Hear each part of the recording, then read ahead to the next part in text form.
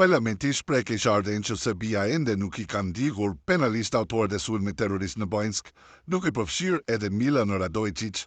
Paralelisht, Parlamenti Evropian ka miratuar edhe një rezolut për Serbinë, ku Serbia kritikohet për lihet në Rusin për përpjekjet për destabilizim të rajonit të Ballkanit. Kërkohet që ndihma financiare për Serbinë të rishqyrtohet, ndërsa ajo vazhdon të bashkëpunojë me Rusinë. Deklarata udhëheqësve serb në lidhje me angazhimin e tyre formal ndaj integrimit evropian tingëllon vërtet jo bindëse, ndërsa po planifikohet një udhëtim në Moskë dhe marrëveshje të reja energjetike me Rusinë, këtë javë nuk ka në horizont forma të nevojshme që janë thelbësore për një rrugë të suksesshme evropiane.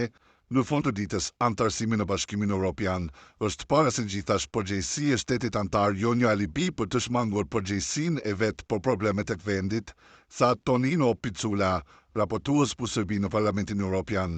Rezoluta kritikon edhe të ashtishueturën politik përkodelse të Komisionit Evropian ndaj Serbisë dhe i bën thirrje Komisionit që të flasë me një gjumë më të qartë ndaj Beogradit zyrtar.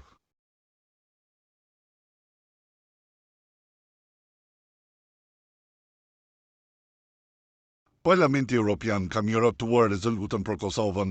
Në këtë dokument kërkohet që dialogu me Serbinë të përmbyllet me një marrëveshje e gjithëpërfshirë se një marrëveshje ligjërisht komplikuese e bazuar në njohjen e ndërsjellët. Në të njëjtin dokument kërkohet edhe heqja e masave të Bashkimit Evropian ndaj Kosovës. Thuhet se Kosova i ka përmbushur kriteret për këtë. Autori draftit e eurodeputeti Riho Teras i ka quajtur këto masa të padrejta dhe të panevojshme që nga fillimi. Ne kërkojmë heqjen e menjëhershme të masave ndëshkuese të Bashkimit Evropian. Ato kanë qenë të padrejta dhe të panevojshme që nga fillimi. BE-ja financon shumë projekte dhe programe të dizajnuara për të mbështetur agjendën evropiane në Kosovë. Kjo është arsyeja pse duhet të shfuqizojmë masat dhe ta lëmë Kosovën të përparojë me fonde që ofrojmë, tha Riho Teras, raportues për Kosovën në Parlamentin Evropian.